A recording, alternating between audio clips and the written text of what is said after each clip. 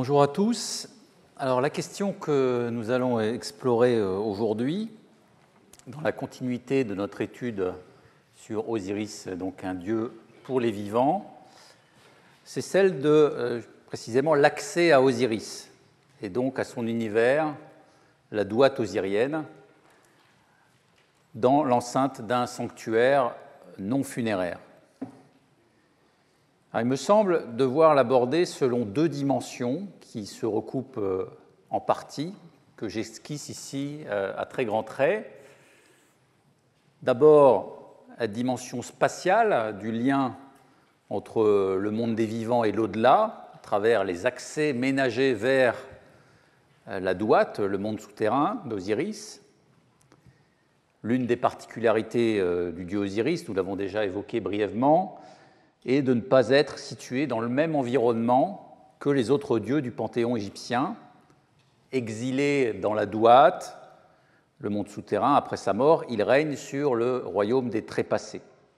Donc cela induit une géographie particulière qui se traduit notamment par une cartographie complexe d'un au-delà souterrain aux 1000 chemins, mais aussi embûches, que chaque défunt doit maîtriser pour espérer parvenir au royaume des morts. La douate, c'est un lieu protégé, tenu à l'écart, normalement lié au monde des morts, espace donc séparé de celui des vivants. Comment dès lors se créent les conditions d'un contact entre les vivants et Osiris au sein d'un temple comme celui de Karnak, qui est au centre de notre étude, comme on l'avait déjà vu. D'autre part, il faut envisager la dimension géographique des cultes osiriens, de leur expansion depuis leur centre originel vers l'ensemble du territoire.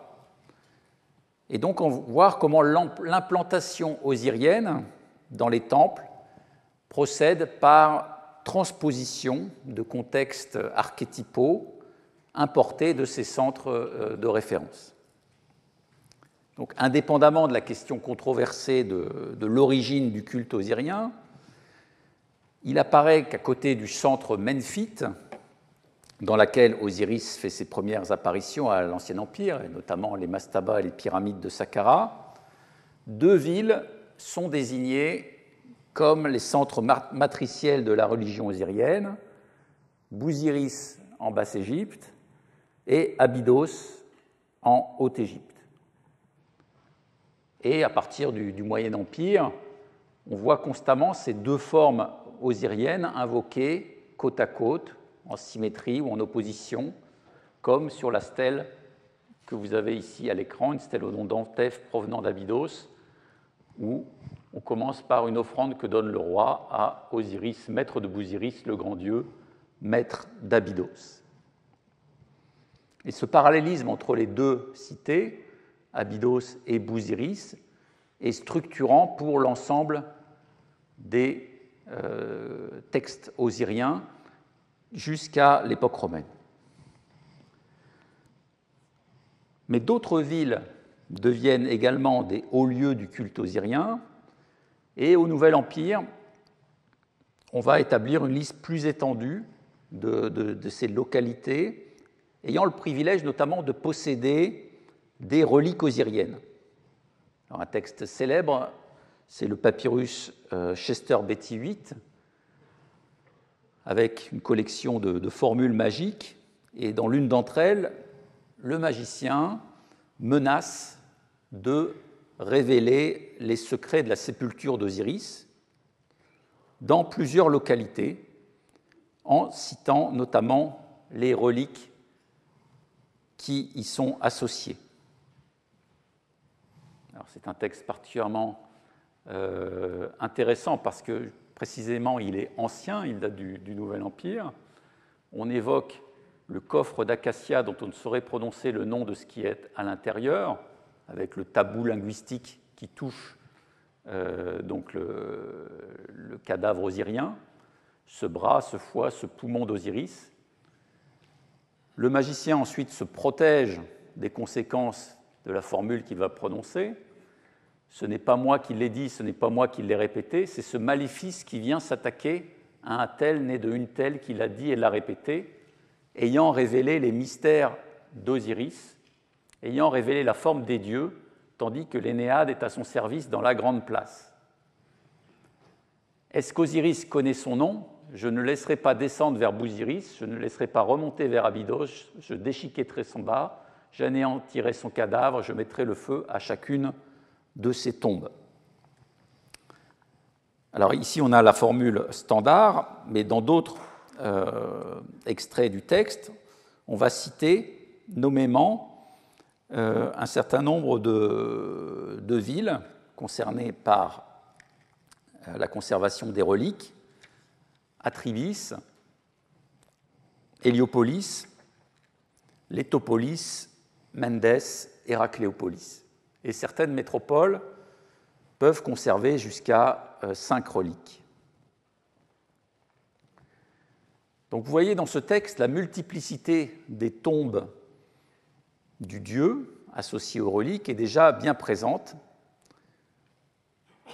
et en quelque sorte structurée en liste dès l'époque ramesside.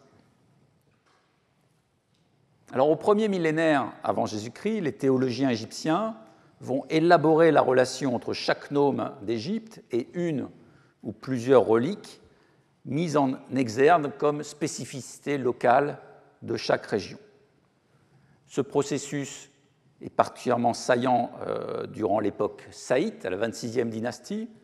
On a un effort de rationalisation et de structuration du savoir osirien. Le témoin le plus évident, c'est le papyrus mythologique du Delta, qui a été édité par Dimitri Mex, on l'a évoqué à plusieurs reprises.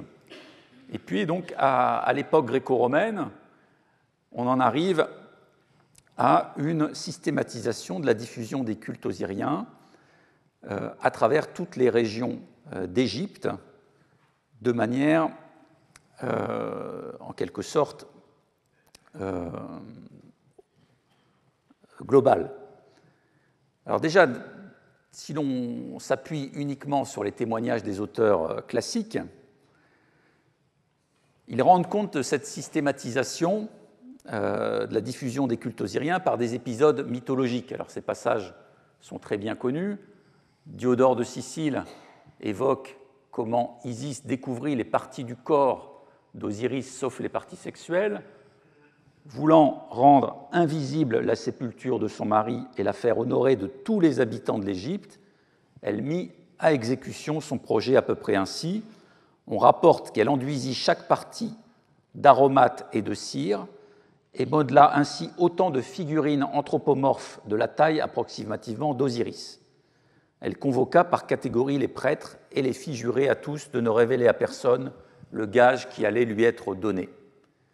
Et à chacun, elle dit en particulier qu'elle lui confiait à lui seul la sépulture du corps.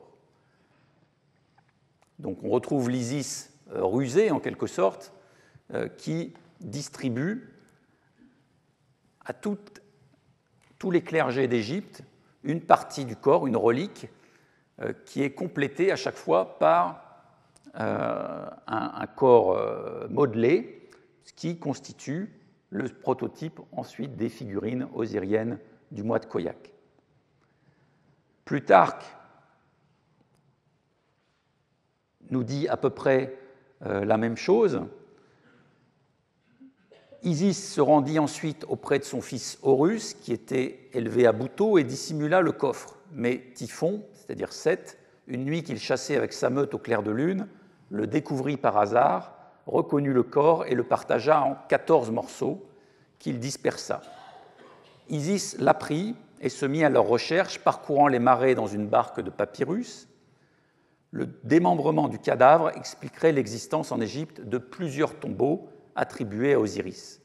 On dit en effet qu'Isis donnait une sépulture à chaque nouveau morceau qu'elle découvrait. Là encore, c'est un stratagème d'Isis et une volonté à la fois de protéger le corps osirien et de diffuser son culte qui sont mis en avant. Et on a là encore une sorte de mythe étiologique qui nous donne donc la cause de la multiplicité des tombeaux d'Osiris tout à travers l'Égypte. Mais à côté, évidemment, de cette dimension mythologique, il y a une conception politique sous-jacente à la diffusion systématique des cultes osiriens dans les nomes égyptiens, alors qu'une tradition encore présente chez Plutarque témoigne de l'établissement d'une liste de 14 villes reliquaires. On va trouver aussi dans la documentation le nombre de 16 villes, les 16 nomes des 16 membres divins. Le processus de systématisation à l'œuvre dans la géographie religieuse à l'époque gréco-romaine amène à associer une relique à chacun des nomes de Haute et de Basse-Égypte, ce qui fait 42 reliques. Donc, dans les processions représentées dans les temples gréco-romains, le roi va emmener l'ensemble de ces régions, portant chacun un morceau du dieu, pour procéder à la reconstitution du corps osirien, qui est mis en corrélation avec la recomposition du territoire de l'Égypte, unifié sous l'égide de la théocratie pharaonique. Donc, l'exemple le plus célèbre, c'est celui de la procession du Naos du temple d'Edfou, qui date du règne de Ptolémée IV, fin du IIIe siècle avant Jésus-Christ. Le nom de la relique de chaque nome va être intégré à un inventaire des éléments sacrés constitutifs du territoire, donc capitale, dieu, prêtre, arbre sacré, butte sainte, etc. Et au début de la procession, le roi, donc de part et d'autre des fils de divinités incarnant la Haute et la Basse-Égypte, prononce un texte qui donne en quelque sorte le programme politique de cette opération. Si je suis venu auprès de toi, Horus Béhédéti, donc le dieu local d'Edfou, grand Dieu, maître du ciel, c'est pour t'apporter les provinces de Ren-Néren chargées des reliques qui existent en elles, leurs dieux et leurs déesses en train de les garder pour eux dans leur chapelle à l'intérieur de leur temple. Ce sont leurs prêtres Ak qui accomplissent les rites pour leur cas, leurs musiciennes qui jouent du sistre devant eux, leurs barques amarrées sur leurs eaux, leurs arbres sacrés dans leurs buttes divines. Je fais perdurer leurs fêtes jusqu'à leur jour, l'abomination de Ré et leur abomination. Je rends festifs leurs autels pour les baous des dieux qui vivent des offrandes. J'arrose leurs champs à leur saison de l'année. J'effectue leurs libations jusqu'à leur péou. Donc là, on évoque très clairement cette multiplicité des reliquaires osiriens systématisés donc dans la géographie religieuse de l'époque gréco-romaine. Donc, tout cela pour rappeler que la composante territoriale du culte osirien est fondamentale, et donc la mise en œuvre des rites osiriens s'envisage toujours à deux niveaux. L'un local, donc, qui implique l'imbrication de la constellation osirienne, donc Osiris, Isis, Nephthys, Horus, etc., avec les autres éléments de la théologie locale. On va le voir évidemment à Karnak avec l'imbrication des cultes osiriens avec la théologie ammonienne. L'autre niveau, c'est un niveau national, renvoyant à une vision globalisante de l'emprise osirienne sur l'ensemble du territoire de l'Égypte.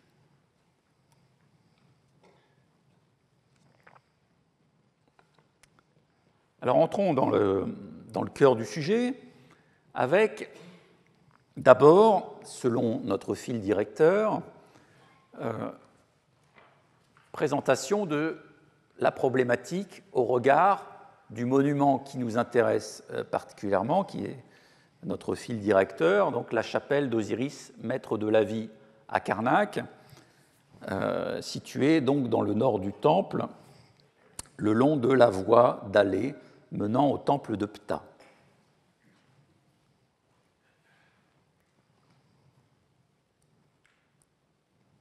D'abord, donc, sur le lien entre cette chapelle et donc la douate, l'accès à la douate.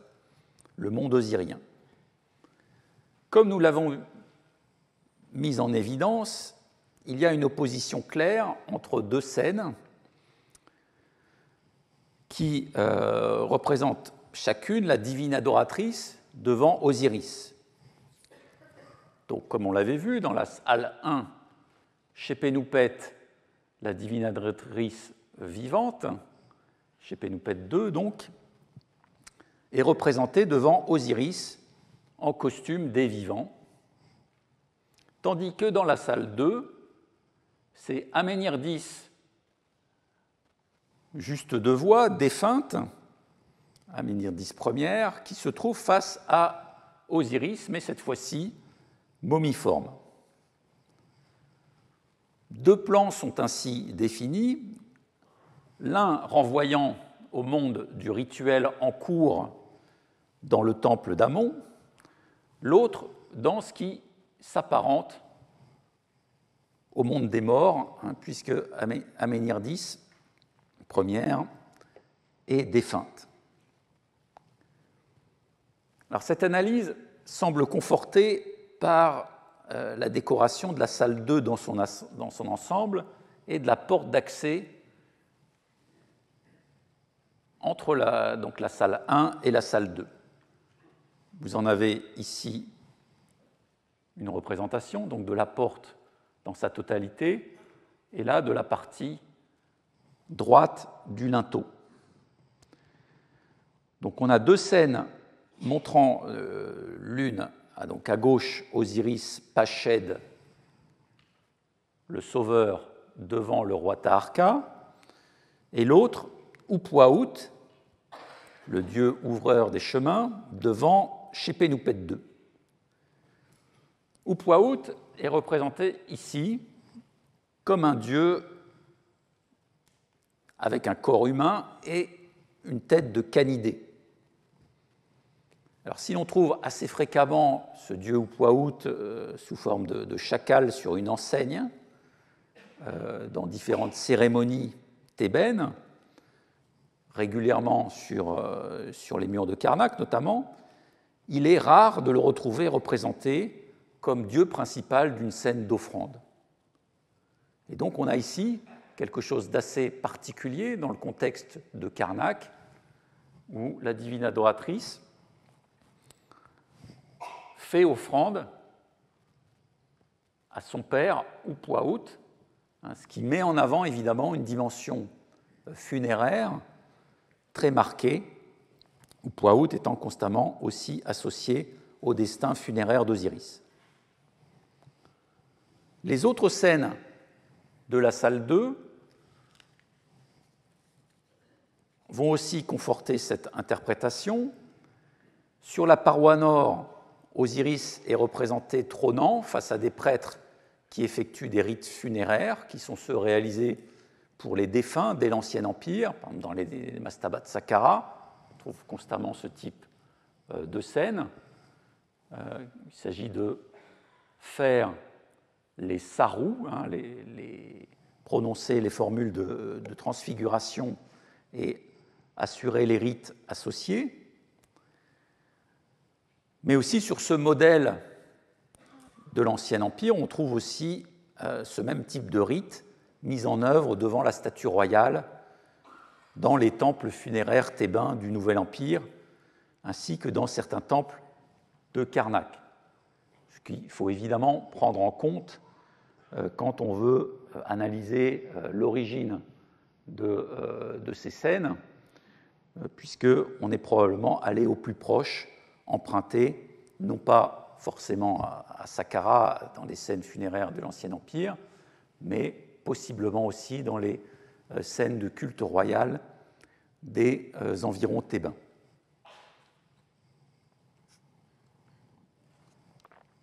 Alors, sur les parois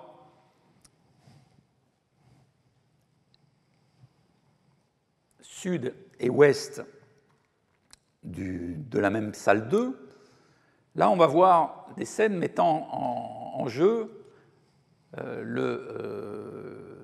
l'emblème osirien du pilier Djed, et notamment une scène le plaçant dans son processus de redressement.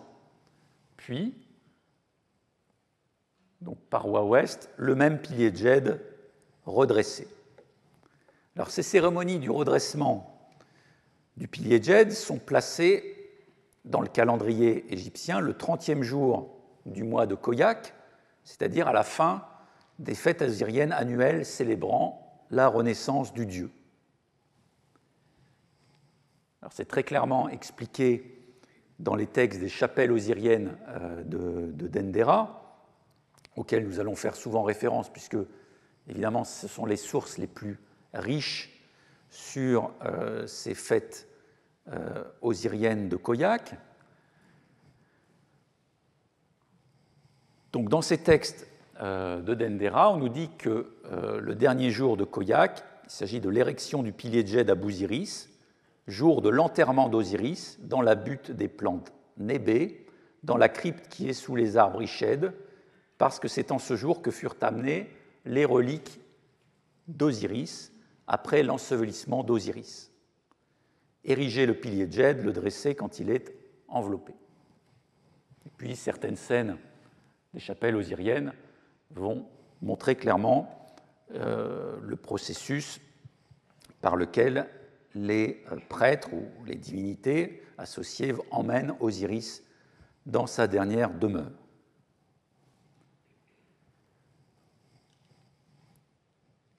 Donc ce contexte du redressement du pilier de Djed renvoie clairement à une date qui correspond à celle de l'ensevelissement définitif des figurines osiriennes et à la renaissance du dieu.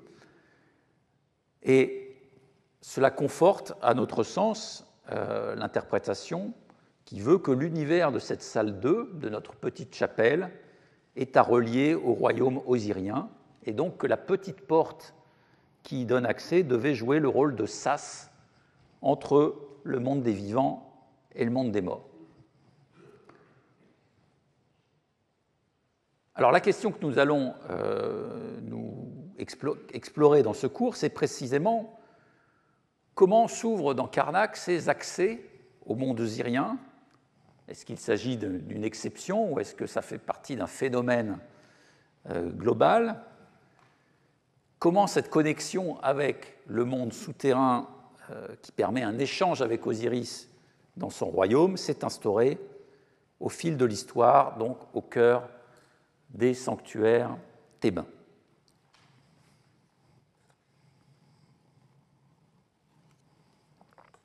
Alors je vais commencer par une sorte d'état des lieux de la douate, parce que c'est évidemment un concept particulièrement intéressant, un monde en soi extrêmement riche, que nous effleurerons simplement lors de cet état des lieux. Évidemment, ce qui va nous intéresser particulièrement, c'est l'idée d'y accéder plutôt que sa géographie détaillée. Néanmoins, je ne résiste pas à l'évocation la plus en quelque sorte croustillante de cette douate, celle qui se trouve dans le conte d'Horus et Seth, où on a une description vivante du séjour d'Osiris dans la douate, dans donc ce conte mythologique connu par le papyrus Chester Beatty I d'époque ramesside à la XXe dynastie.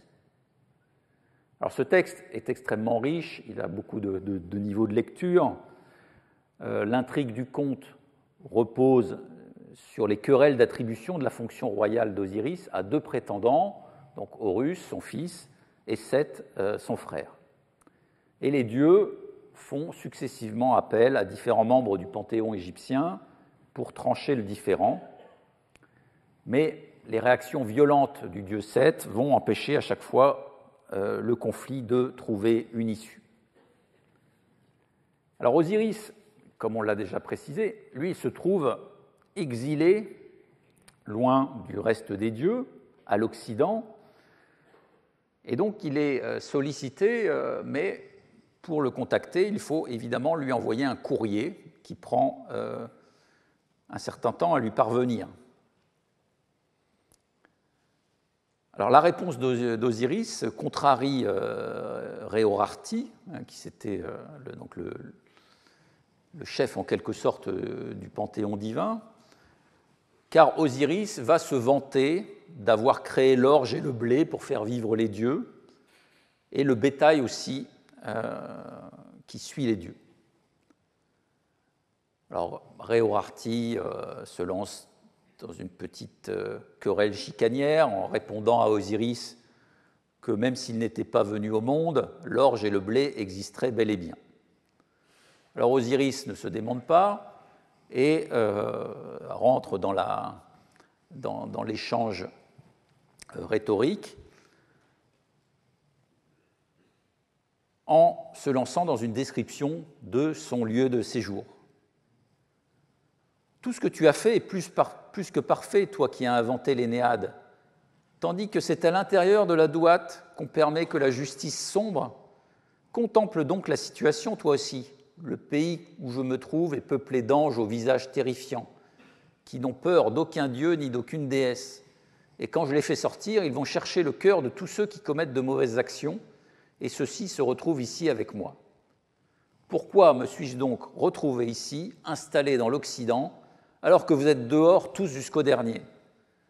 Qui parmi eux est plus puissant que moi? Vois, ils ont inventé le mensonge. Lorsque Ptah le Grand, qui est au sud de son mur, seigneur d'Ortaoui, eut fait le ciel, n'a-t-il pas dit aux étoiles qui le peuplent: chaque nuit, c'est dans l'Occident, le lieu où se trouve le roi Osiris, que vous devez vous coucher? Et après, les dieux, les notables et les gens du peuple se retrouveront tous au lieu où tu te trouves. Voilà ce qu'il m'a dit. Alors on sent un agacement d'Osiris par rapport à sa position d'exilé et à la non-reconnaissance finalement de son pouvoir, puisque, comme le disent les textes égyptiens, il est finalement celui à qui viennent tout ce qui est et tout ce qui n'est pas.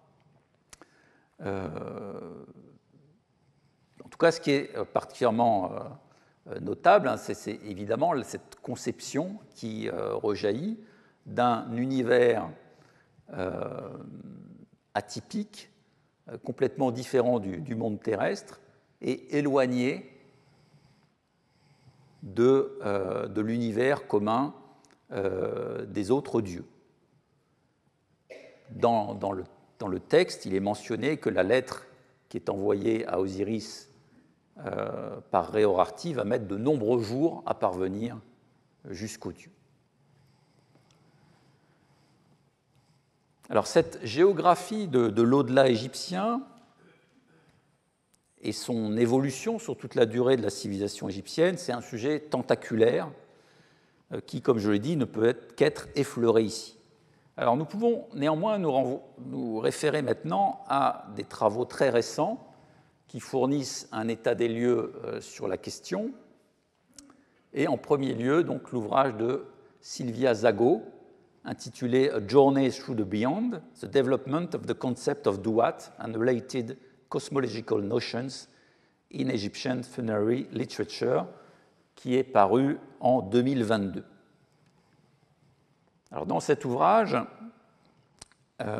l'auteur va dresser un tableau diachronique de la notion de Duat, centré sur les grands corpus de textes funéraires, évidemment donc les textes des pyramides à l'Ancien Empire, puis les textes des sarcophages au Moyen Empire, le livre des morts, les livres de l'au-delà, Amduat, livre des portes, livre des cavernes, livre de la terre, donc le premier, l'Amduat, apparaissant au début de la XVIIIe dynastie, tandis que les autres sont attestés après l'époque amarnienne, et ce qu'on appelle les livres du ciel, donc livre de Nout, livre de la nuit, livre du jour, avec donc, les deux premiers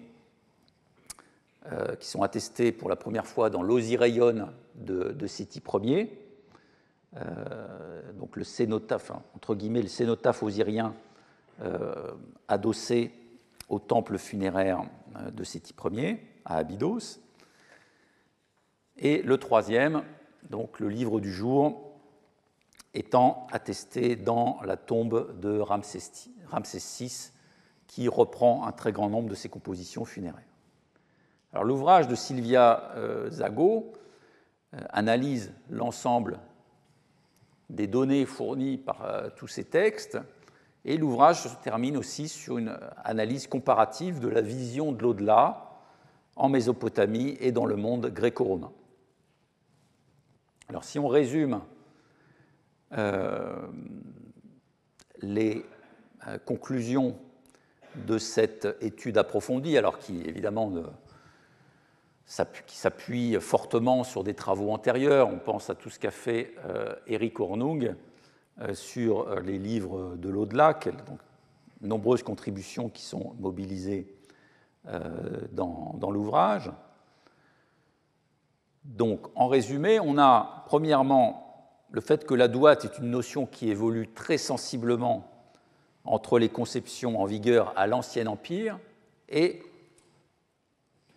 les périodes postérieures.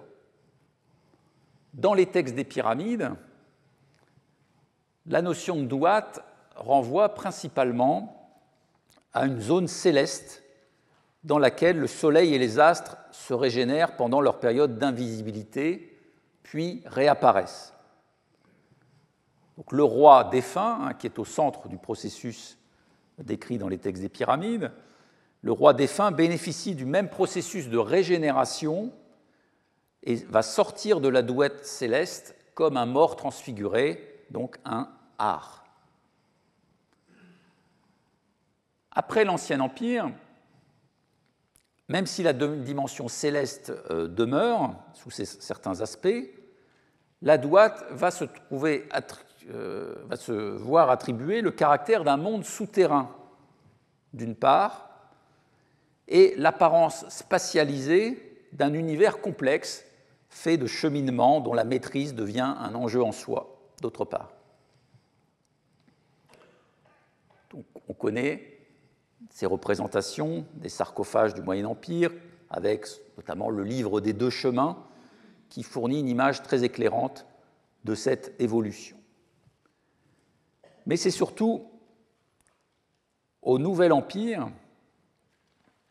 que la topographie différenciée des univers chthoniens, terrestres et célestes va se fixer en une répartition douate, terre, ciel, qui vient structurer le discours funéraire.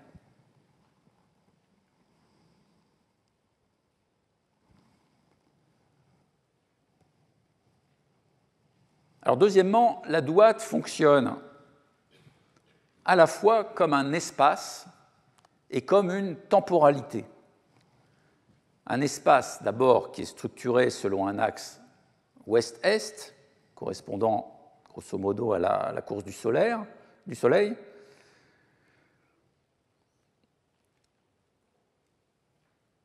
Il faut noter que même si le contexte général de cette douate reste un monde souterrain, sa localisation peut être frappée d'une certaine ambivalence, puisque dans les textes, on l'associe aussi à la partie interne de la déesse du ciel Nut. Donc ça reste, et Sylvia Zago insiste sur ce fait, ça reste une notion versatile. Donc ça, c'est pour l'espace. Et pour la temporalité,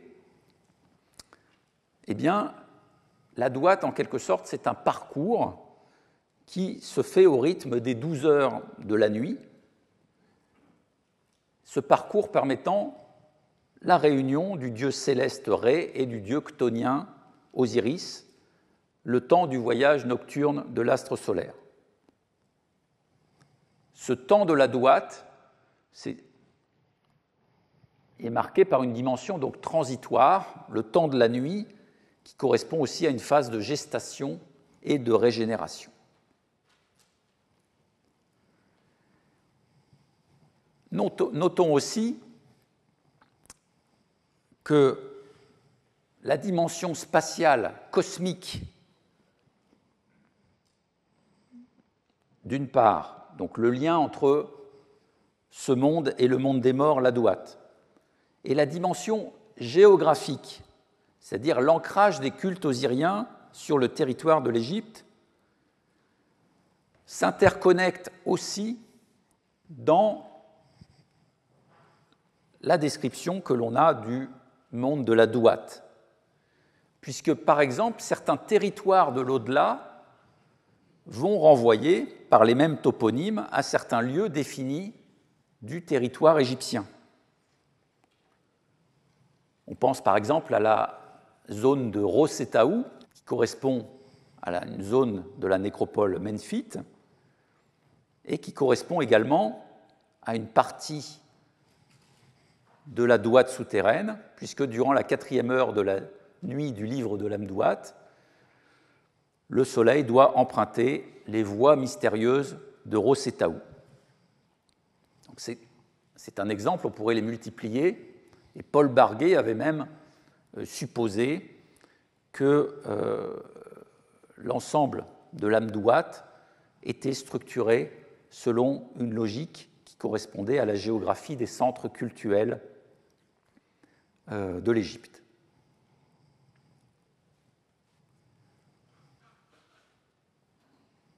Alors après ce tableau extrêmement général, intéressons-nous particulièrement à la question des accès à la Douat.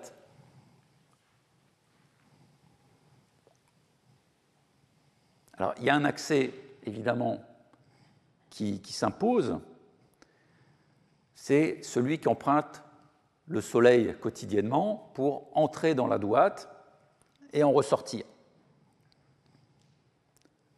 Donc, d'un point de vue cosmique, c'est l'accès par excellence vers le monde souterrain d'Osiris. Chaque soir, en effet, le soleil est censé plonger dans la Douat et chaque matin renaître en s'en extrayant.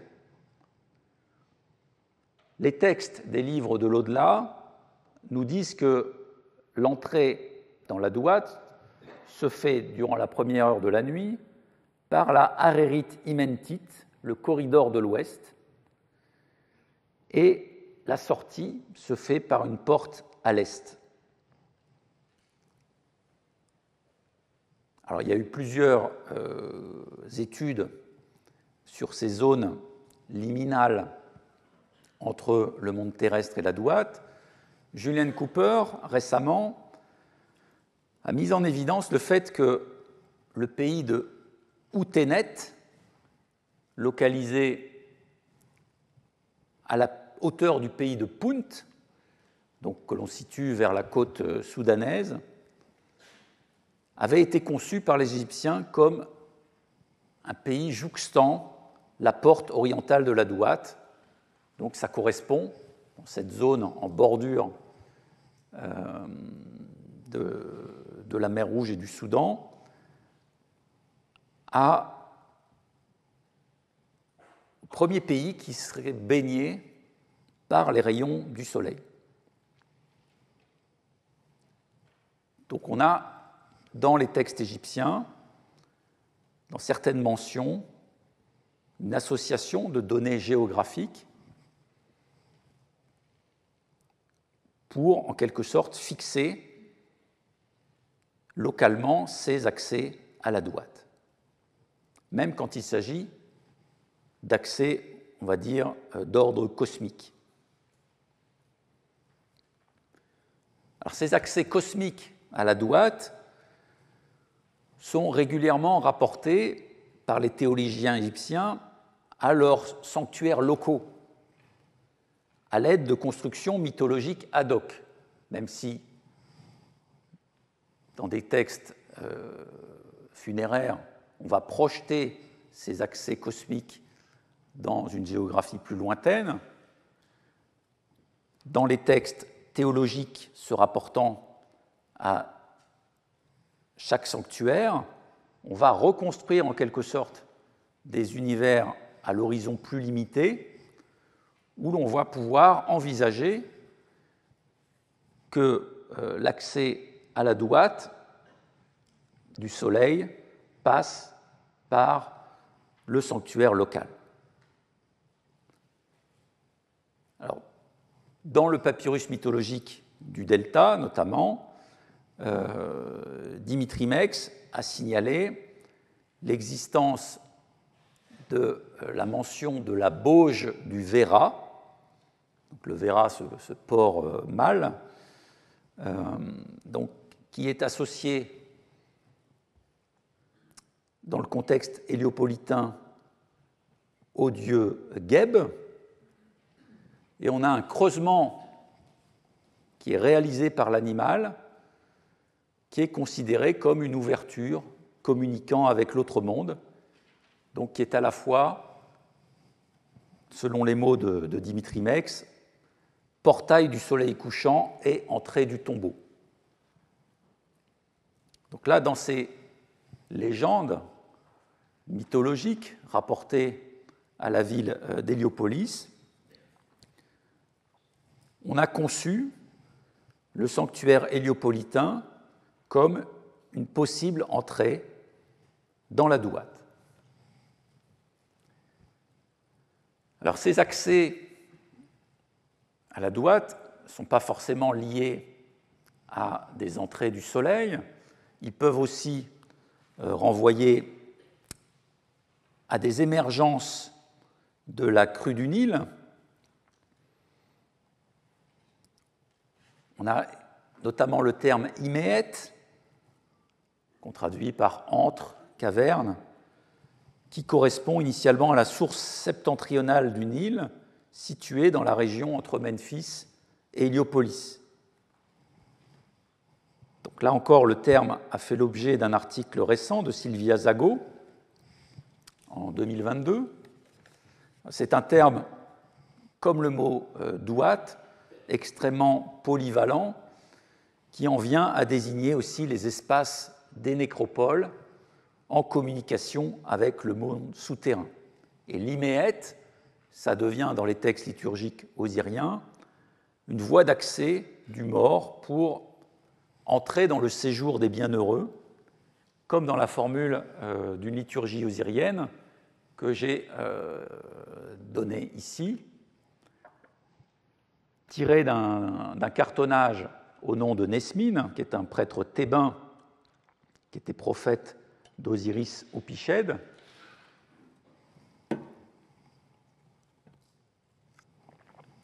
Le texte nous dit « La caverne Iméet t'est ouverte, les maîtres de l'éternité t'accueillent, tu vois le Dieu parfait revêtu de l'étoffe Réméniou, il t'assigne à servir sa majesté, ton cœur est juste, disent les gardiens de la balance, sans qu'une faute de ta part puisse être trouvée. » Donc l'Iméet désigne ici très nettement cette voie d'accès du mort vers la justification, puis l'au-delà.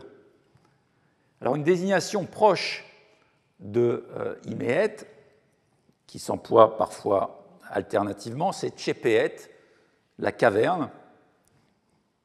Parfois on dit Tchépéet Chétat, la caverne secrète, qu'on trouve très fréquemment aussi dans les textes. Je vous ai donné ici un extrait d'une formule qu'on trouve sur des shawaptis, notamment les shawaptis du prince Raemwasset, ce qui fait qu'on a donné à cette formule le nom de formule de Raemwasset. Elle a été étudiée récemment par Philippe Colombert. Voilà ce que nous dit ce texte, donc inscrit sur ces shawaptis.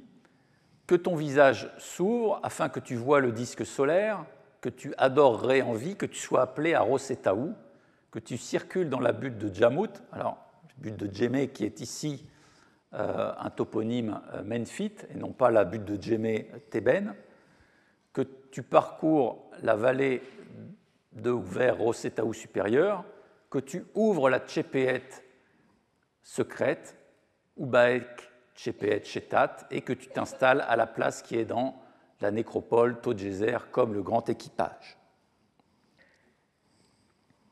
Alors là, comme pour Iméet, la Tchépéet secrète, c'est un lieu qu'il faut ouvrir pour s'installer dans la nécropole et rejoindre le monde des morts.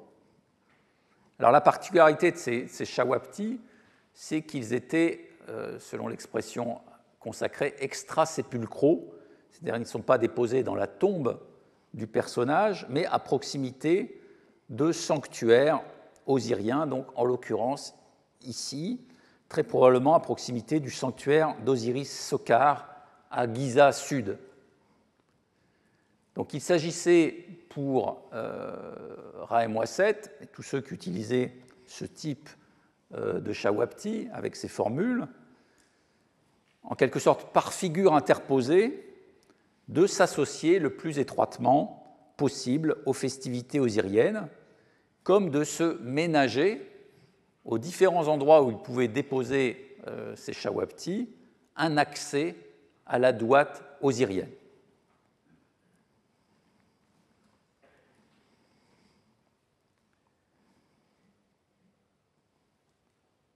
Donc, plutôt qu'à des toponymes spécifiques, les termes évoquant les sas vers l'au-delà tendent à désigner n'importe quel espace à vocation funéraire permettant un contact avec ce monde des morts.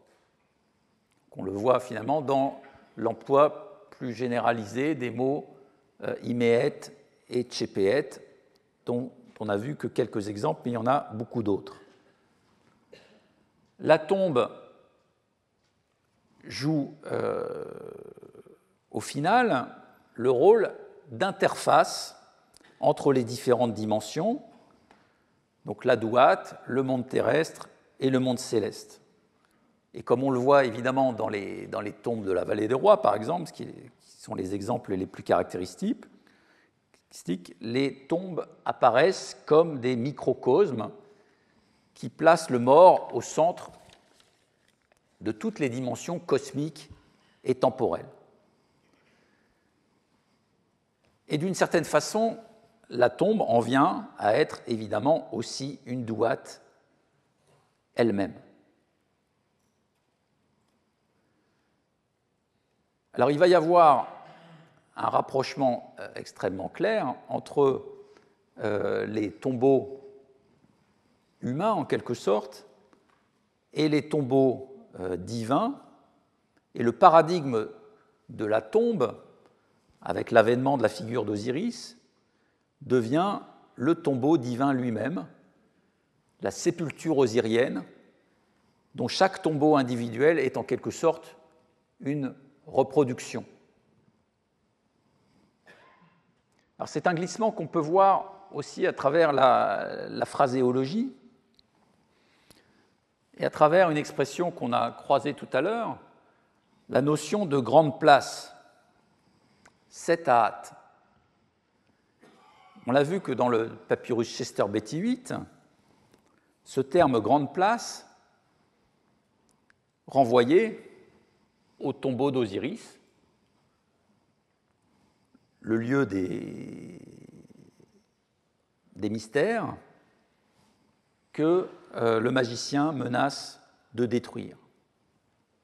Or, le mot grande place désigne aussi, dans les textes notamment administratifs de la région thébaine, les tombes de la vallée des rois. Donc il y a une communauté, en quelque sorte, de perception entre tombe royale et tombe divine osirienne. Et ce rapprochement ne va cesser de s'accentuer au fur et à mesure de l'évolution de l'histoire égyptienne. Alors on peut évidemment aussi mentionner, ça a été évoqué tout à l'heure, la grande tombe osirienne qui est adjointe au temple funéraire de Séti Ier à Abydos, que l'on dénomme Osireion, et qui est décorée des grands corpus funéraires que l'on trouve aussi dans toutes les tombes royales de la vallée des rois au XIXe et XXe dynastie. Et ces textes seront ensuite utilisés par l'élite égyptienne dans leurs monuments funéraires durant tout le premier millénaire avant Jésus-Christ. L'Osireion, le cénotaphe osirien générique en quelque sorte, sert de source à tout le répertoire des tombes royales du Nouvel Empire.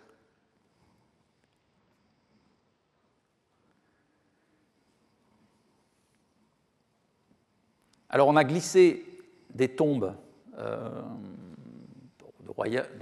tombes des rois et des particuliers vers la tombe divine, la tombe osirienne. Et ce que je voudrais noter dès à présent, c'est que dans les témoignages tardifs relatifs au tombeau d'Osiris, on va trouver une distinction qui permet certainement d'éclairer deux niveaux de la douate supérieure et la douate inférieure. Alors, la description la plus précise de ces deux niveaux est fournie par les textes des chapelles osiriennes de Dendera, toujours, qui décrivent les différentes étapes de la fabrication des figurines osiriennes pendant les fêtes du mois de Khoiak, donc le 4e mois de la saison de l'inondation. Ces fêtes sont devenues, pendant le courant du 1er millénaire avant Jésus-Christ, les fêtes les plus importantes du calendrier liturgique égyptien. Alors, dans ces textes de Dendera, on se réfère à une tombe osirienne archétypale, celle de Bousiris, mais celle-ci, évidemment, doit avoir son équivalent dans le contexte rituel immédiat de Dendera, et les textes doivent évoquer aussi des édifices tentirites. Donc là, on a une distinction entre douate supérieure et douate inférieure. Que nous dit-on sur la douate supérieure? Quant à la chapelle haute, Chétit Eret, où est mis ce dieu de cette année, donc la figurine qu'on vient de réaliser lors des fêtes de Khoiak, dans Bousiris la Haute, on y entre sur un seuil d'argent, on la nomme douate supérieure, on l'appelle antre, Himéet, on retrouve ce terme, le dieu grand demeure dans l'antre nommé la salle scellée par une pierre. Alors il y a différents problèmes de traduction qui se posent et qui ont été commentés notamment par Christian Leitz dans son article de la Zeitschrift 116 consacré aux deux douates. J'ai repris en l'amendant la dernière traduction de Sylvie Coville. Cette douate supérieure, donc, qui est le lieu où on entrepose la figurine qui vient d'être réalisée, s'oppose à la douate inférieure, qui est le lieu d'enterrement définitif des figurines de Khoiak. On nous dit, quant à la crypte Tchépéet, sous les arbres Ished, qui est dans la nécropole divine, on y entre avec le travail sacré, c'est-à-dire la figurine osirienne, de l'année précédente. C'est celle qu'on appelle la douate inférieure. Elle est faite en pierre et on nous décrit ensuite ses éléments, notamment ses dimensions, et le fait qu'elle soit composée de 7 portes, semblables chacune à la porte de la douate. Il y a une porte à l'ouest par laquelle on entre et une porte à l'est par où on sort. Il contient un tas de sable de 7 coudées sur lequel le dieu est posé à l'intérieur du sarcophage. Et là, on retrouve l'expression Nebanr que l'on avait vue pour désigner un sarcophage.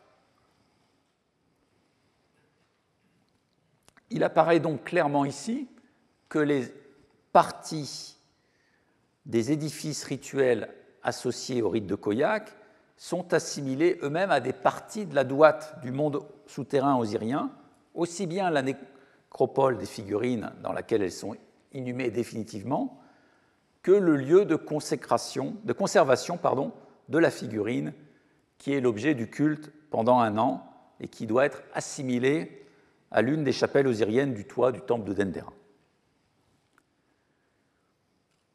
Donc avec ce dernier exemple, nous sommes amenés directement à considérer l'une des évolutions marquantes du premier millénaire avant Jésus-Christ, c'est l'intégration au sein des enceintes sacrées, des temples divins, l'intégration de nécropoles qui ne sont plus reléguées dans des secteurs éloignés des temples, mais qui en deviennent des parties constitutives. Alors je parle de nécropoles, ça va concerner à la fois les nécropoles humaines en quelque sorte que les nécropoles divines. Alors c'est un phénomène bien connu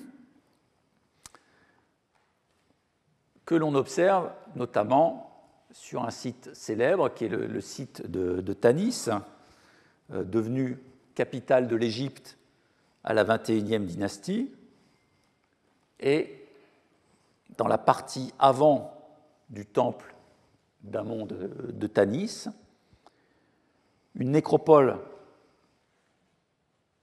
royale a été découverte par Pierre Montet en 1939, donc une nécropole qui a été aménagée entre le XIe siècle et le 8e siècle avant Jésus-Christ, contenant notamment les sépultures des pharaons, Psousénès Ier, Osorkon II, Sheshonq III. Vous en avez quelques images ici, avec notamment, dans la décoration de la tombe d'Osorkon II, cette scène du jugement d'Osiris, qui entre en quelque sorte dans le répertoire du programme décoratif royal à cette époque. Donc là, la nécropole royale, mais qui inclut aussi des sépultures de certains membres de l'élite, se trouve directement intégrée à l'espace du temple, et on est complètement sorti de la séparation en vigueur au Nouvel Empire entre les grands sanctuaires, les temples funéraires et les sépultures rejetées en quelque sorte dans la montagne thébaine, loin des édifices cultuels. Alors Tanis n'est pas un cas isolé. On a d'autres sites du delta qui sont concernés. Et puis, dans le domaine thébain, on va avoir à Médine-Tabou, alors, ce qui est certes un temple funéraire, mais qui comporte aussi un temple divin consacré à l'Amon de Djémé, l'Amon osirianisé en quelque sorte, devenu dieu ancêtre associé à la butte primordiale de Djémé sur la rive ouest. Donc à proximité de ce temple d'Amon de Djémé s'installent les chapelles funéraires des divines adoratrices d'Amon.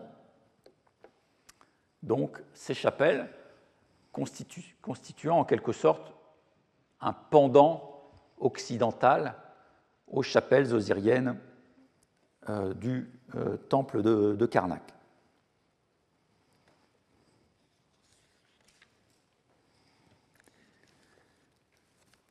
Alors, ce phénomène de développement des tombes sur les dromos des temples a fait l'objet de plusieurs études, dont un article de Joachim Quack, qui a rapproché ce phénomène de témoignages qui ressortent aussi de la littérature démotique, et notamment un passage du papyrus Kral concernant le cycle d'Inaros, qui montre qu'au premier millénaire s'affirme une conception commune au rite funéraire pour la royauté et l'élite d'une part, les animaux sacrés d'autre part, et enfin le culte osirien.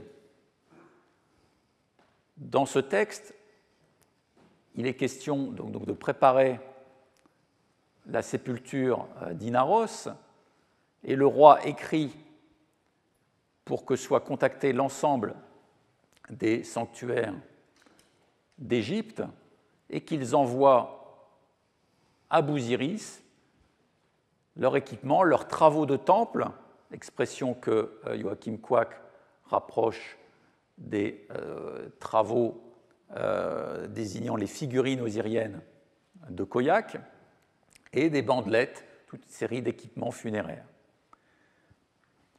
Ce qui est notable, c'est qu'on se fie, pour mener ces rites, à ce qui est écrit pour Apis, Névis et le roi, les trois dieux, ce qui montre qu'il y a une sorte de référence commune entre les cultes, les rites funéraires pour les animaux sacrés et pour le pharaon. Donc, dans l'analyse de Joachim Quack, il voit l'intégration des nécropoles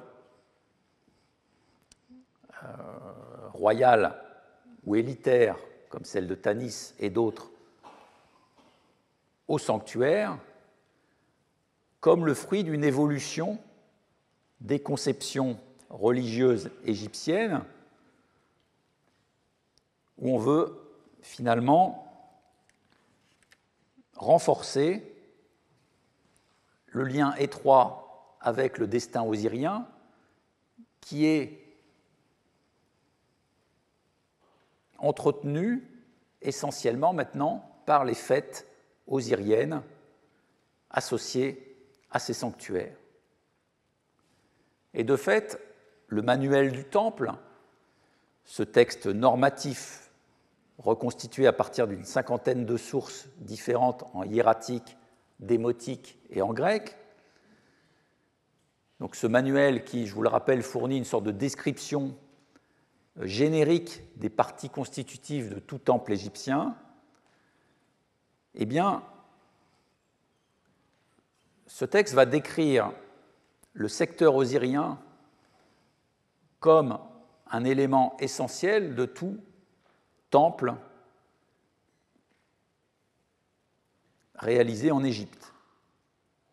Il s'agit d'un lieu constitutif de tout sanctuaire, indépendamment donc de la divinité qui préside à la localité concernée. La butte divine est décrite dans ce texte comme un lieu à l'accès restreint où on réalise les rites de fabrication des figurines osiriennes, et au bout d'un an, soit on les enterre dans une nécropole, soit on les jette à l'eau dans le lac sacré ou dans le fleuve.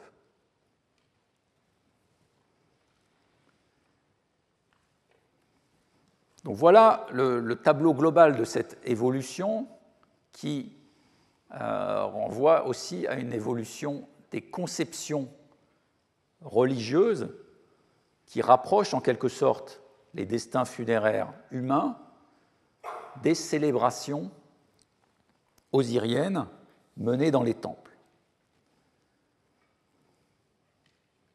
Alors rapidement, je voudrais dresser le tableau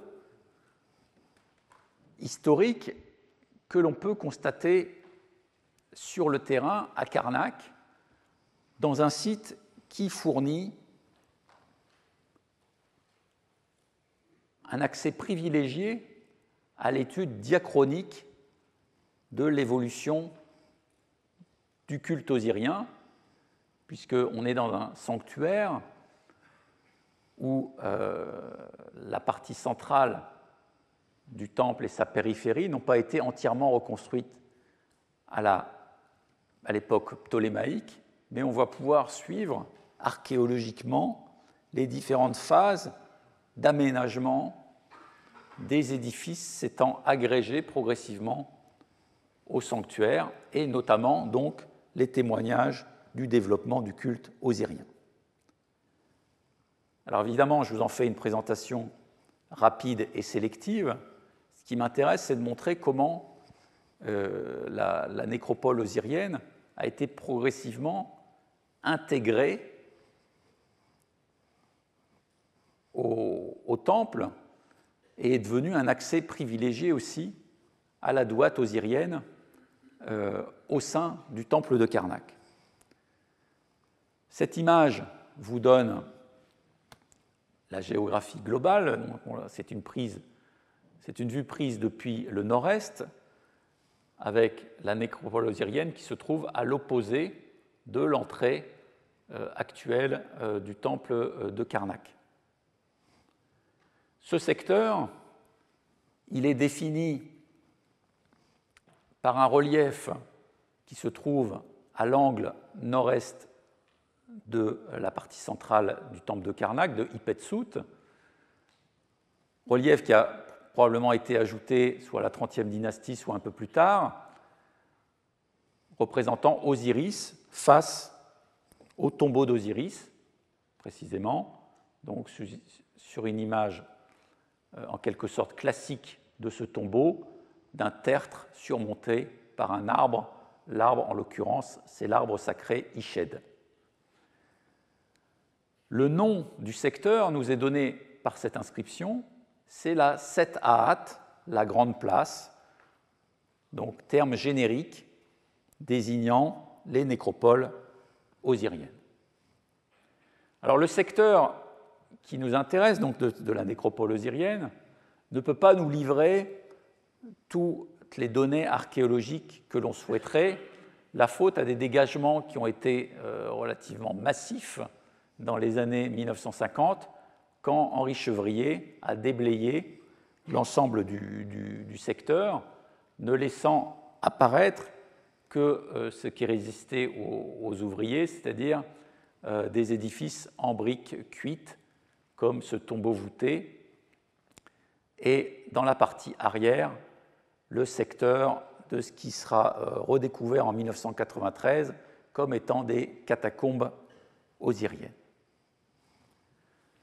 Donc voilà la structure générale du secteur du point de vue de la nécropole, avec différentes phases qui nous donnent en quelque sorte le développement progressif de l'ensemble de la nécropole, un cimetière primitif qui va dater du tout début du premier millénaire avant Jésus-Christ, un tombeau voûté qui date de la 26e dynastie,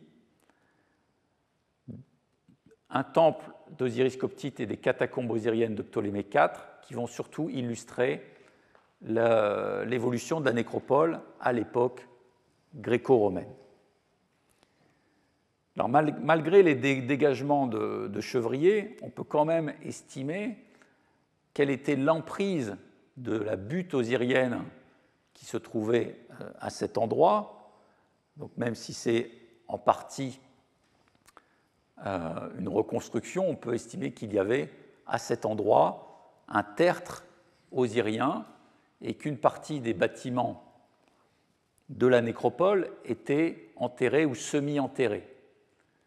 Les chapelles et temples s'ouvrant tout autour de la butte se trouvaient ainsi adossés à cette emprise de la butte.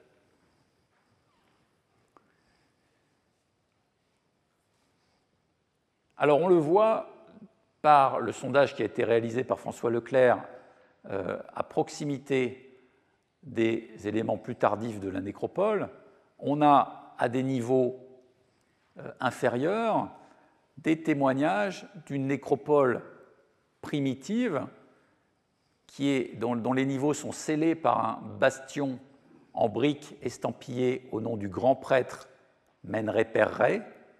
Donc là, on est vraiment au tout début du Xe siècle avant Jésus-Christ, donc sous la 21e dynastie. Donc on peut dater ces tombes individuelles contenant des figurines du dieu d'une époque légèrement antérieure. À la fin de la 21e dynastie, les fouilles menées dans le secteur ont livré un fragment de stèle qui montre qu'il existe une dévotion de la part de hauts personnages libyens envers l'Osiris installé à cet endroit, qui est un Osiris proche de l'Osiris d'Abydos. Et d'ailleurs, ce monument a pu être rapproché d'une stèle dédiée également par un chef libyen. Donc on trouve la plume au-dessus de la tête ici, sur les deux monuments, consacrée, donc stèle consacrée cette fois-ci à Abydos. Donc on voit que les cultes osiriens se développent en quelque sorte en parallèle à Abydos et à Karnak. À Karnak, dans le secteur nord-est de la butte osirienne. Et puis on a progressivement l'aménagement de différentes chapelles autour de la butte, chapelle de la 22e dynastie, dédiée à Osiris Upiched et à Isis, sous Osorkon II, sous le pilotage de hauts personnages comme ce Hor, connu aussi par certaines statues de la cachette de Karnak, et ce Hor était prophète d'Osiris, Passer-Ur-en-Wasset, l'une des désignations de la figurine osirienne à Karnak. D'autres chapelles vont être aménagées à côté. Ici, on est à la 25e dynastie, sous Shepenupet II, donc à la transition entre la 25e et la 26e dynastie. Mais un peu antérieurement, on avait le long de l'enceinte, enfin ce qui a été ensuite l'enceinte de Nectanebo, une chapelle très intéressante pour notre propos, qui est la chapelle d'Osiris souverain de l'éternité, la chapelle d'Osiris Ekadjet. Vous en avez une vue ancienne au moment de sa découverte par Georges Legrain.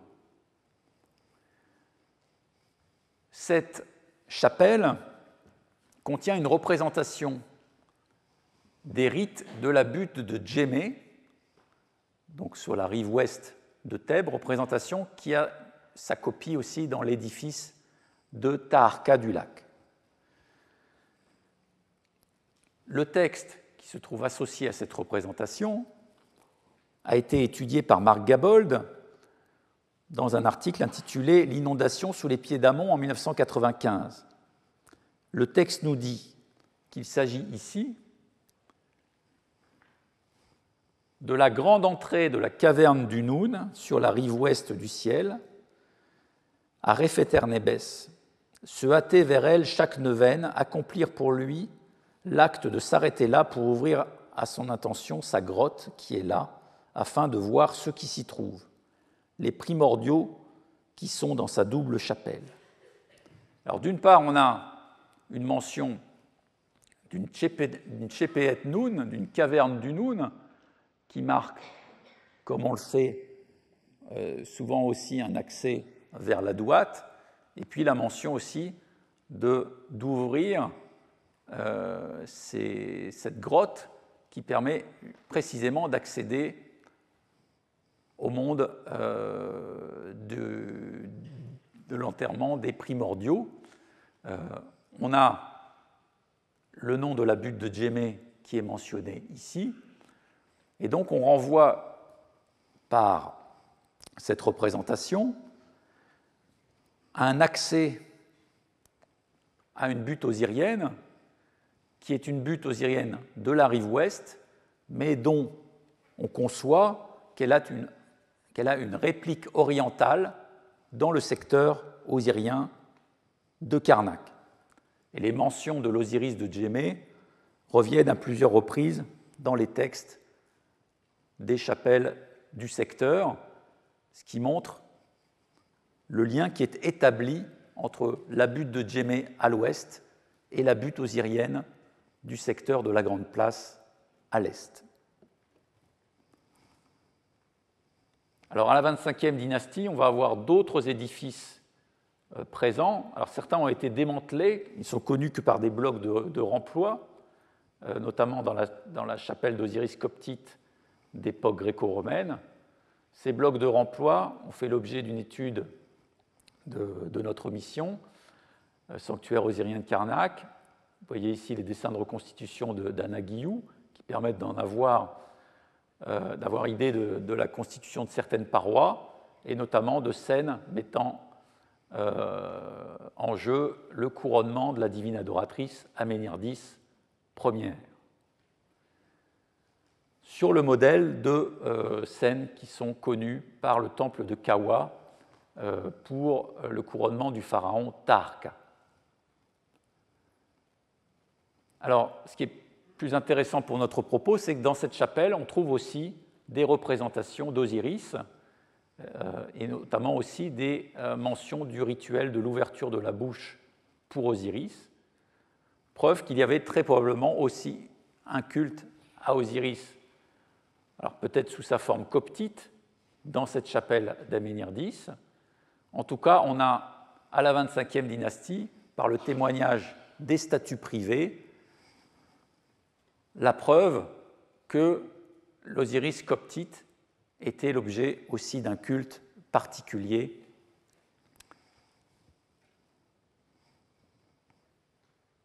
à Thèbes et très probablement dans ce secteur.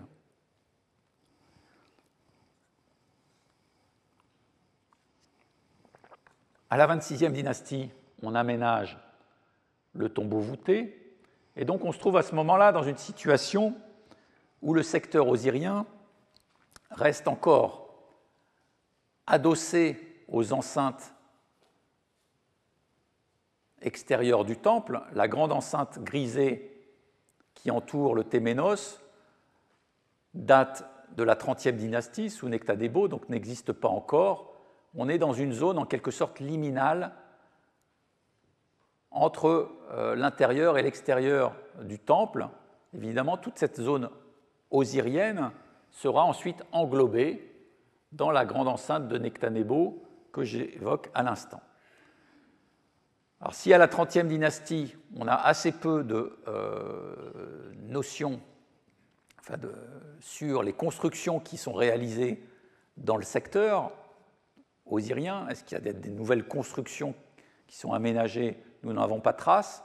En revanche, on a de très nombreux témoignages sur les cultes menés dans le secteur osirien à travers les statues laissées par les membres du clergé, et notamment ceux qui réalisaient les figurines osiriennes du mois de Khoiak. Vous en avez deux exemples ici, à travers la statue d'Uzirour et celle de Nesmine. Alors, à l'époque gréco-romaine, au moment où maintenant le secteur osirien est englobé dans le sanctuaire de Karnak, on va avoir l'aménagement des catacombes osiriennes de Ptolémée IV, ici, qui servent de lieu structuré pour accueillir l'enterrement des figurines osiriennes. Et puis, le temple d'Osiris coptite va être reconstruit sous Ptolémée XII. Alors, on en avait probablement une version antérieure, contemporaine des catacombes de Ptolémée IV. Ce temple d'Osiris coptite est particulièrement intéressant à travers la reconstitution qu'on a pu faire de la porte qui se trouve à l'arrière du temple, ce que Champollion avait déjà vu lors de son passage. Il en avait copié quelques éléments. Il avait appelé cette porte la porte A du temple. On a notamment une représentation de la déesse Shentait, la déesse préposée aux figurines osiriennes de Khoiak. Et devant ce temple d'Osiris coptite, les fouilles menées en 1993 par le Centre franco-égyptien de Karnak ont amené la découverte de cuves jardins, dont celle-ci, qui est en fait un socle de barque du temps d'Hatshepsut retaillé en cuve, qui sont assez comparables aux cuves jardins qu'on connaît par ailleurs, notamment la célèbre cuve de Coptos, ces cuves permettant la réalisation des Osiris végétants pendant les fêtes de Khoiak. Les textes qui sont associés à ce temple d'Osiris coptite décrivent le sanctuaire en des termes très évocateurs, et notamment, ce qui nous intéresse ici, décrit l'endroit comme la chétite qui protège le corps divin éternellement.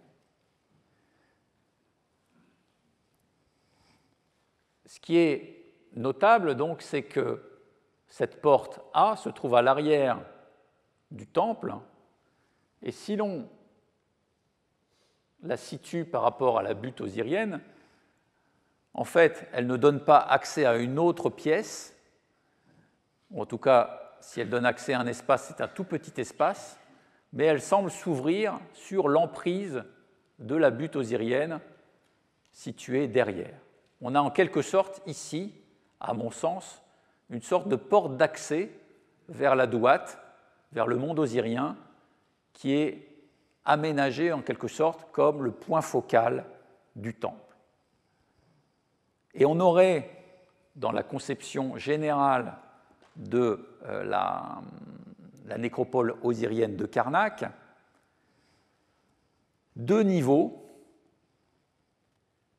Le temple d'Osiris Coptite, conçu comme le lieu de conservation de la figurine osirienne fabriquée lors des fêtes de Khoiak, donc ce serait la douate supérieure, et on pourrait interpréter les catacombes osiriennes, lieu d'enterrement définitif de ces figurines, comme la douate inférieure.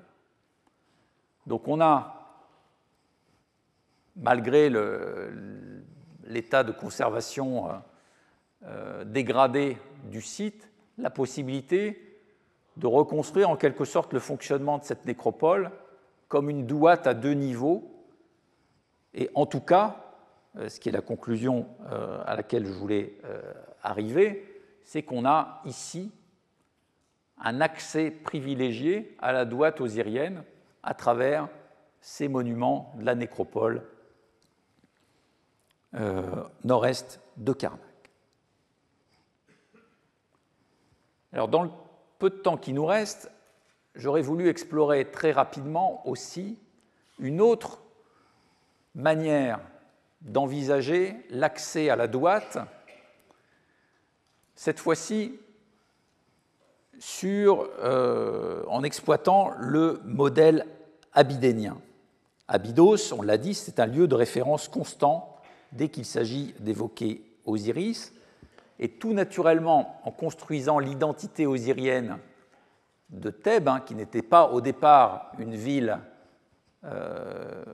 osirienne, on s'est référé à cette matrice théologique et rituelle que constituait Abydos. Alors, je me suis livré dans les dernières années à une sorte de reconstitution de la manière dont Abydos a été transposé progressivement dans le contexte thébain et comment on a reconstitué en quelque sorte un monde abydénien sous forme réduite à Thèbes puis à Karnak. Alors je n'en donnerai que les grands traits, en partant évidemment du paysage religieux abydénien qui a fait l'objet de nombreuses études récemment.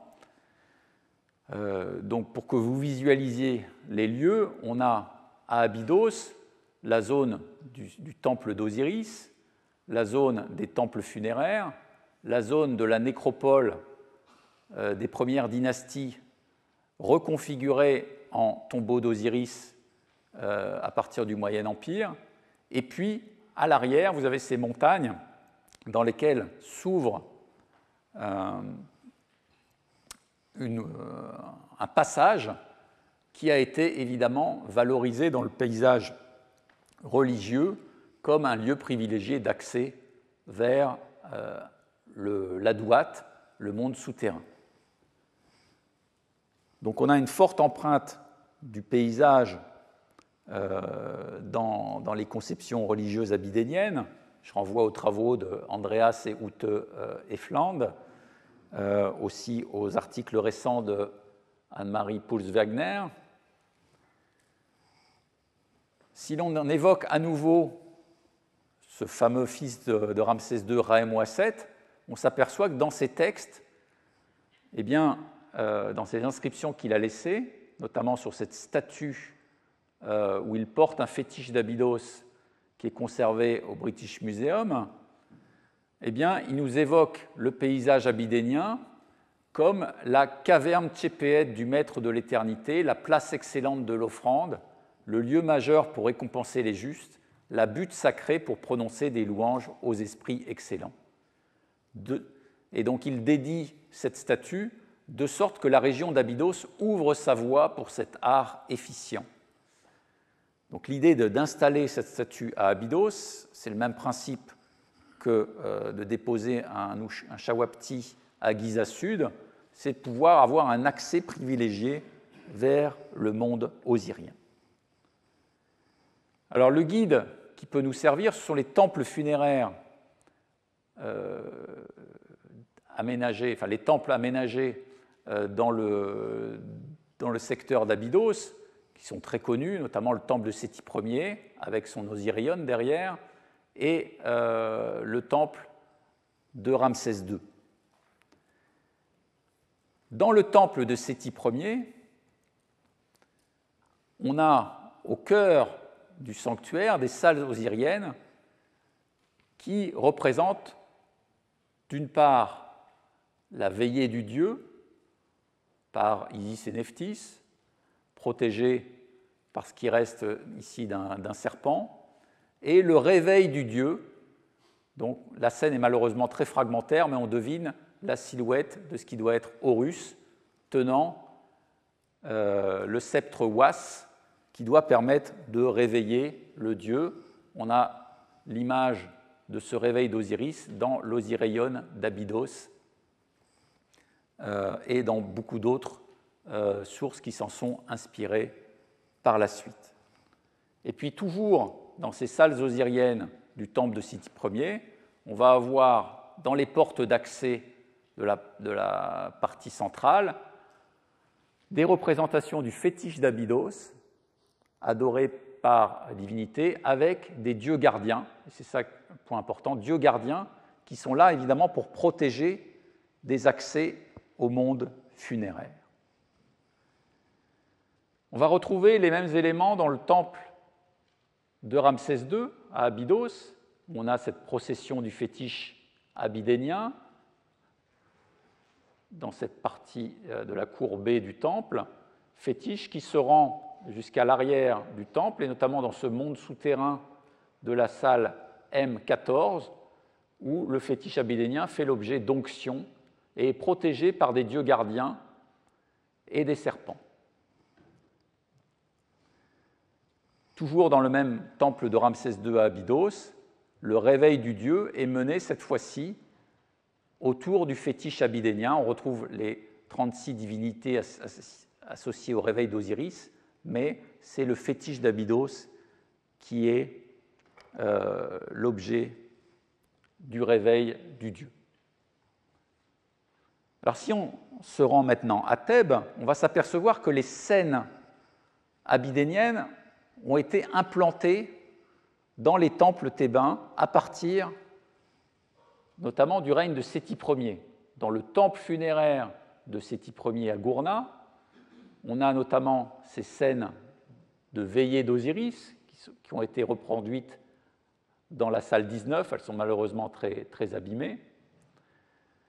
Dans le temple funéraire de Ramsès III à Médine-et-Tabou, on va avoir un complexe osirien qui est aussi aménagé, qui sert au parcours en quelque sorte souterrain du dieu dans la Douate, avec des images tirées du livre des morts, et des représentations du fétiche abydénien protégé par les mêmes dieux gardiens que l'on a à Abydos, dans cette salle 24 qui sert en quelque sorte de salle des offrandes, et dans la salle 25 où Osiris est protégé aussi par les mêmes dieux coutiliers. On va passer ensuite sur la rive est de Thèbes, côté temple divin, dans le temple de Rontsou, dans la salle 10 du temple, tout au fond du sanctuaire, on va avoir la reproduction des mêmes scènes sous Ramsès III et Ramsès IV, scènes de veillée d'Osiris, alors malheureusement inédites, on a des relevés anciens de Burton, associés aussi à la représentation du fétiche abydénien, protégé par des dieux gardiens, qui sont les mêmes que ceux qu'on trouve à Abydos. Donc là, on a implanté le monde osirien abydénien dans un temple qui se trouve maintenant dans le cœur de Karnak. Et puis à la 26e dynastie, un peu plus tard, alors je suis obligé de brûler des étapes, on va avoir dans la chapelle d'Osiris ou Néfer, maître des éléments, à côté de la chapelle d'Osiris, maître de la vie, la représentation du fétiche d'Abydos, qui est la reprise du modèle de celle du temple de Séti Ier à Abydos, avec des dieux gardiens qui sont des uréis crachant du feu, que l'on va retrouver aussi sur une stèle abydénienne, cette fois-ci la stèle d'Ounéfer, donc qui montre à la même époque les rites qui se perpétuent à Abydos sur le fétiche abydénien. Et là, on arrive à l'élément final de la démonstration, c'est que si on regarde aussi les dieux qui sont au-dessus de ces uréi gardiens, des dieux qui portent des couteaux, qui sont aussi protecteurs du fétiche abydénien à Karnak, eh bien, ils sont désignés ici, sur la stèle d'Ounéfer, comme les gardiens de la Douate. Donc le lieu dans lequel est protégé le fétiche d'Abydos est très clairement identifié comme la Douate. Et donc on a aussi dans la chapelle d'Osiris Ounéfer, maître des aliments, une image de la Douate osirienne qui conserve donc l'image du dieu. Alors si on revient à notre chapelle d'Osiris, maître de la vie, on va s'apercevoir que ce fétiche abydénien, il est aussi représenté à côté du sas d'accès de la salle 2, comme une sorte d'image liminale qui conforte aussi l'idée qu'il y a là un passage vers la Douate osirienne sur le modèle abydénien.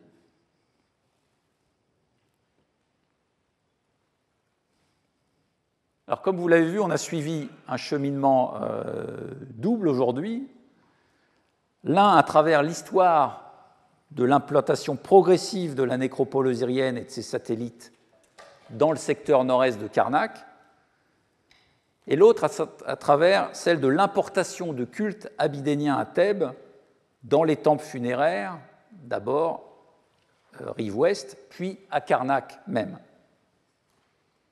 Au final, ces chemins devaient évidemment se croiser selon des modalités qui ne sont pas toujours apparues et qu'il faut souvent supposer, faute de pouvoir les démontrer. On aura l'occasion d'y revenir.